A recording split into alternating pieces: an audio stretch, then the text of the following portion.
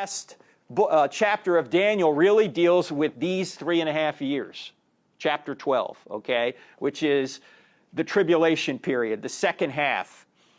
And there's a lot of there's 4 major eschatological or end times interpretations. We're not going to get into them here, but I'd say the majority of Christians believe in something like this, a future tribulation. What they disagree with over is is there a rapture? If there is, it's before the tribulation. If there isn't a rapture, then everybody's judged here after the tribulation, and then there's a millennium, a 1,000-year reign. And some people even argue, is that a literal 1,000-year reign or not?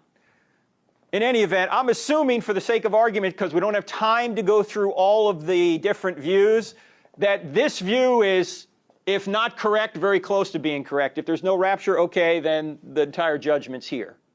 All right?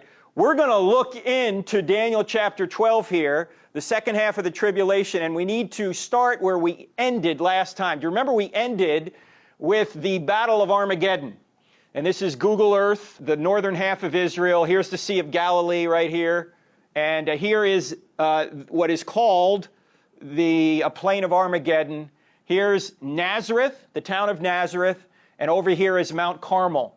And last time I showed you some pictures, first from Nazareth, looking out at the valley of Armageddon. This is looking to the west.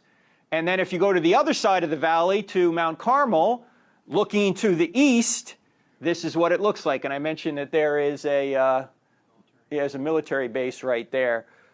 Now, this is supposed to be where the center of the final battle takes place, at least according to the scriptures. Most theologians will say that's how we interpret that.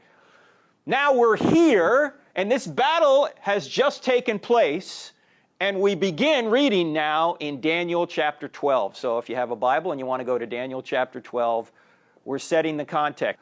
At that time, Michael, the great prince, the angel who is someone who is overlooking and the defender of Israel, the great prince who protects your people, Israel, will arise.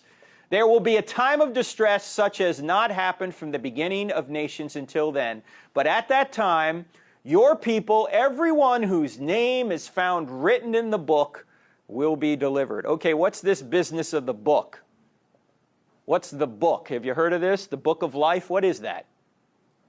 You want to have your name in it. You want to have your name in it. We know that. What is the book of life? Your name better be in there, because when they open the books, and you remember this from Daniel chapter 7, we used this graphic before. At the end times, when the Lord comes back and judges, the books will be opened. In fact, Daniel 7 says this: a river of fire was flowing, coming out from before him. Thousands upon thousands attended him.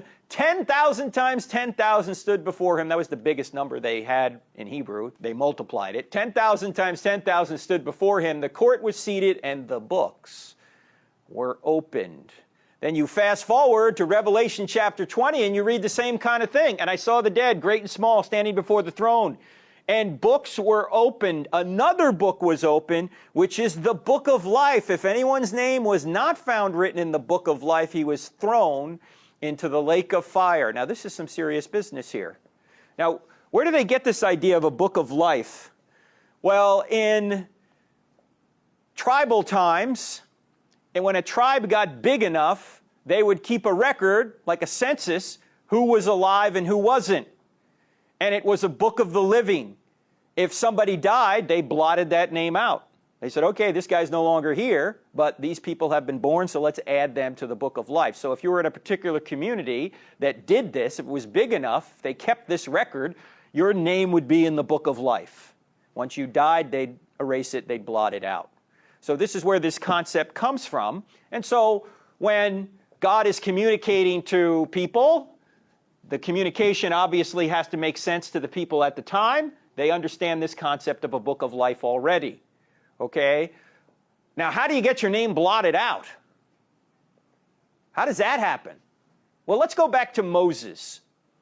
Moses, this is a Rembrandt, actually, of Moses about to throw the 10 Commandments down. Why is he about to throw them down? You remember the story? Israelites worshiping idols, golden idols. Right. Moses goes up on the mountains for a couple of days. He gets the 10 Commandments, and when he comes down, he sees that they're worshiping the golden calf. And so he gets so frustrated, he throws the tablets down. Very well done by Cecil B.